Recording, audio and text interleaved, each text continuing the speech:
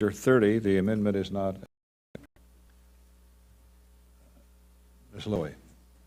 This is amendment number 2, Mr. Chairman. Clerk will read. Amendment offered by Mrs. Lowy. Without objection, reading is dispensed with. As my colleagues have heard me say before, there is no way this appropriations process can succeed unless we put in place reasonable allocations. The bill we are considering this morning is a very good example of how such unrealistic allocations jeopardize the interests of the United States and harm struggling communities around the world. My amendment proposes to restore funding to several accounts that are cut by the chair's mark, which, if enacted, would be to the detriment of programs that help people become self-sufficient, provide for their families, have the infrastructure to get their goods to market, and help build government institutions that protect human rights, legal contracts, and better serve their citizens. The mark cuts $2.1 billion, or 54%, from the request for basic economic support funds. These funds don't just support our strategic allies like Jordan, they also support the most fragile states in the world, such as Liberia, South Sudan, and Somalia. They fund the programs so many of us support: democracy, clean water, education, and agricultural training. My amendment would bring the ESF account to the FY16 request level. It would also restore funding to the international organizations and program account and to several of the multilateral institutions which are completely eliminated by the chair's mark. The IO&P account provides critically needed core funding for major UN programs such as the United Nations Development Program, the High Commissioner for Human Rights, and UN Women.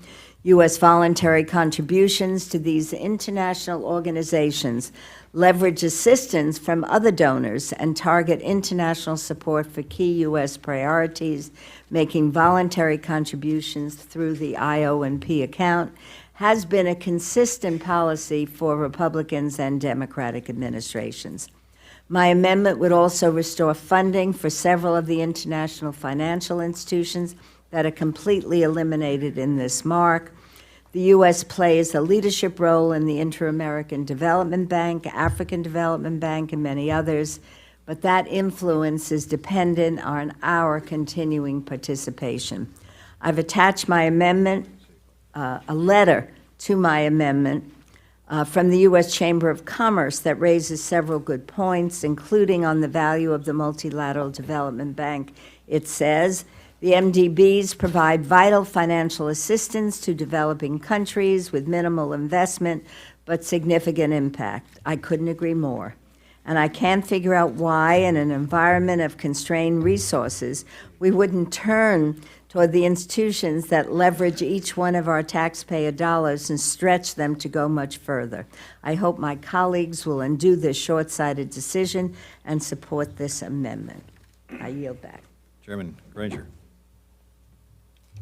I acknowledge the concerns of the gentlelady and what you've raised about the accounts in the bill, but this amendment is not offset, therefore I must oppose it. The amendment would cause the subcommittee to breach its subcommittee 302B allocation, expose the bill to a point of order, and stop our bill from being considered on the House floor. As I said in my opening statement, the bill prioritizes funding for programs such as embassy security, security assistance, humanitarian assistance, and global health. The bill's total funding level is 3% below last year, and we had to make some tough decisions. None of us want to see the bill go over the 302B allocation, therefore I urge a no vote. Ms. Pingree. Thank you, Mr. Chair. I just want to rise in support of this important amendment and thank the ranking member for calling attention to all of these important programs that the United States needs to be engaged in. But I particularly want to focus my remarks on the Green Climate Fund portion of the amendment. This helps countries across the globe to address climate change and its impact on their economies, their natural resources, and the health of their people. I know you all hear me say this frequently, but I hear from my constituents all the time about the impact of climate change by hardworking men and women in Maine who make their living from the ocean, the land, working in our forests. So it's not a shock that the citizens of other developing countries are facing these same harsh realities too, on their farms and in their waterways. The Green Climate Fund is an essential way to support initiatives in developing countries that might reduce greenhouse gas emissions or shrink a carbon footprint. The United States has the world's best farmers, fishermen, and researchers, all who can be resources to other nations as they try to think creatively and act quickly on these issues. We don't all need to agree about the causes of climate change to support this amendment. We only need to agree that the United States should be involved in the global effort to address it. If we walk away from the GCF, our voices won't be heard, others won't learn from our experience and from our science. I support this amendment today, and I urge my colleagues to support it and thank the ranking member for putting it before us. Any further discussion? Ms. Wasserman Schultz. Thank you. I rise in support of the gentlelady's amendment. In addition to the comments made by the gentlelady from New York, I think it's important to emphasize that our contributions to these institutions are critical to making sure that we can export the United States of America's values, that we can demonstrate that we are a country that believes in lifting others up. Those contributions are important for food security. Organizations and programs that improve agricultural development and food security through capacity building and sustainable technical assistance. The chairwoman has made a commitment through this legislation to move in that direction, but we have so much more that we need to and should be doing, and with all due respect to the chairwoman, who I think always does her level best to produce a solid bill, we do want to increase the 302B allocation. We absolutely do, because the levels that we're at are unacceptable.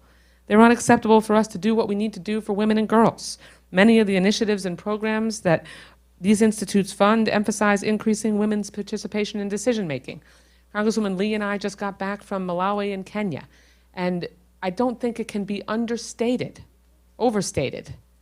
what the impact on the lives of families in villages across Africa, how those are changed, transformed from ones that result in their children dying from malnutrition and from families' inability to take care of the children that they are having, to making sure that they can make their own financial decisions and establish the essential independence that leads to making sure that generations of their family break that cycle of desperate poverty. So for all those reasons, and because we are in a posture where we shouldn't even be debating bills at these levels, and we should get to the point that we know we're going to all end up at the end of this year, towards the end of this year, and that is an agreement on setting aside the sequester so we can appropriately be debating a funding level that is going to meet the needs that the United States of America prioritizes. Thank you. I yield back. Further discussion? Hearing none, Ms. Lewis recognized to close. Thank you, Mr. Chairman. We know that in a budget, there are always tough decisions. We have to make some tough choices. But many of the cuts proposed in this mark really are counterproductive. Decreasing assistance to some of the toughest spots in the world, pulling back from our international partners will only hurt U.S. economic and security interests. Partnerships with the multilateral organizations strengthen our bipartisan efforts. The mark does not trim funding, it completely unfunds whole institutions. Safeguarding our development investments in the face of a changing climate, combating food insecurity, building the next generation of markets for U.S. businesses are not options, they are our responsibility. I hope my colleagues will support this amendment and reverse many of the counterproductive cuts in the mark. Yield back. Question is on the Lowy amendment. All in favor, say aye. Aye. All opposed, say no. No. Noes have it. The amendment is not agreed to. Recorded vote. Recorded vote is requested. Sufficient support is showing. Call the roll. Mr. Adderhold. Mr. Adderhold, no. Mr. Amadei. Mr. Amadei, no. Mr. Bishop. Mr. Bishop, aye. Mr. Calvert. Mr. Calvert, no. Mr. Carter. No. Mr. Carter, no. Mr. Cole. Mr. Cole, no. Mr. Crenshaw. Mr. Crenshaw, no. Mr. Cuellar? Mr. Cuellar, aye. Mr. Culberson? Mr. Culberson, no. Ms. DeLauro? Mr. Dent? Mr. Dent, no. Mr. Diaz-Balart? Mr. Diaz-Balart, no. Mr. Farr? Mr. Farr, aye. Mr. Fatah? Mr. Fatah, aye. Mr. Fleischman? Mr. Fleischman, no. Mr. Fortenberry? Mr. Fortenberry, no. Mr. Frelinghuysen? Mr. Frelinghuysen, no. Ms. Granger? No. Ms. Granger, no. Mr. Graves? Mr. Graves, no. Dr. Harris? Dr. Harris, no. Ms. Herrera-Butler? Ms. Herrera-Butler, no. Mr. Honda? Mr. Honda, aye. Mr. Israel? Mr. Israel, aye. Mr. Jenkins? Mr. Jenkins, no. Mr. Jolly? Mr. Jolly, no. Mr. Joyce? Mr. Joyce, no. Ms. Capter? Mr. Kilmer? Ms. Lee? Ms. Lee, aye. Mrs. Lowy? Aye. Mrs. Lowy, aye. Ms. McCullum? Ms. McCullum, aye. Mr. Palazzo? Mr. Palazzo, no. Ms. Pingree? Ms. Pingree, aye. Mr. Price? Mr. Price, aye. Mr. Quigley? Mr. Quigley, aye. Mr. Ridgel? Mr. Ridgel, no. Mrs. Roby?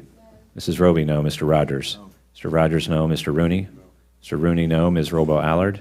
Ms. Robo-Allard, aye. Mr. Rupersberger? Mr. Rupersberger, aye. Mr. Ryan? Mr. Ryan, aye. Mr. Serrano?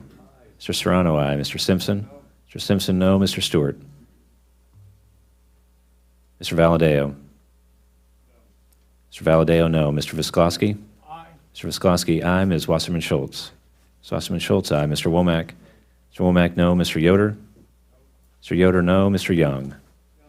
Mr. Young, no. Are there members who wish to be recorded? Mr. Kilmer? Mr. Kilmer, aye. Ms. Capter? Mr. Chairman, I'd like to vote aye. Ms. Capter, aye. Ms. DeLauro? Ms. DeLauro, aye. Any members wish to change their vote? Mr. Stewart? Mr. Stewart? Gentleman's not Gentleman is not recorded. recorded. Mr. Stewart, no. Members wish to change their vote? Clerk will tally.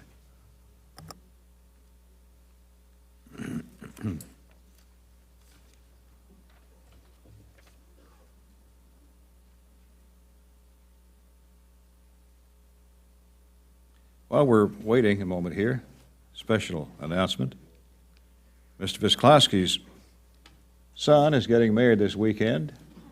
We want to congratulate him at some point during the morning's process. Congratulations, Pete.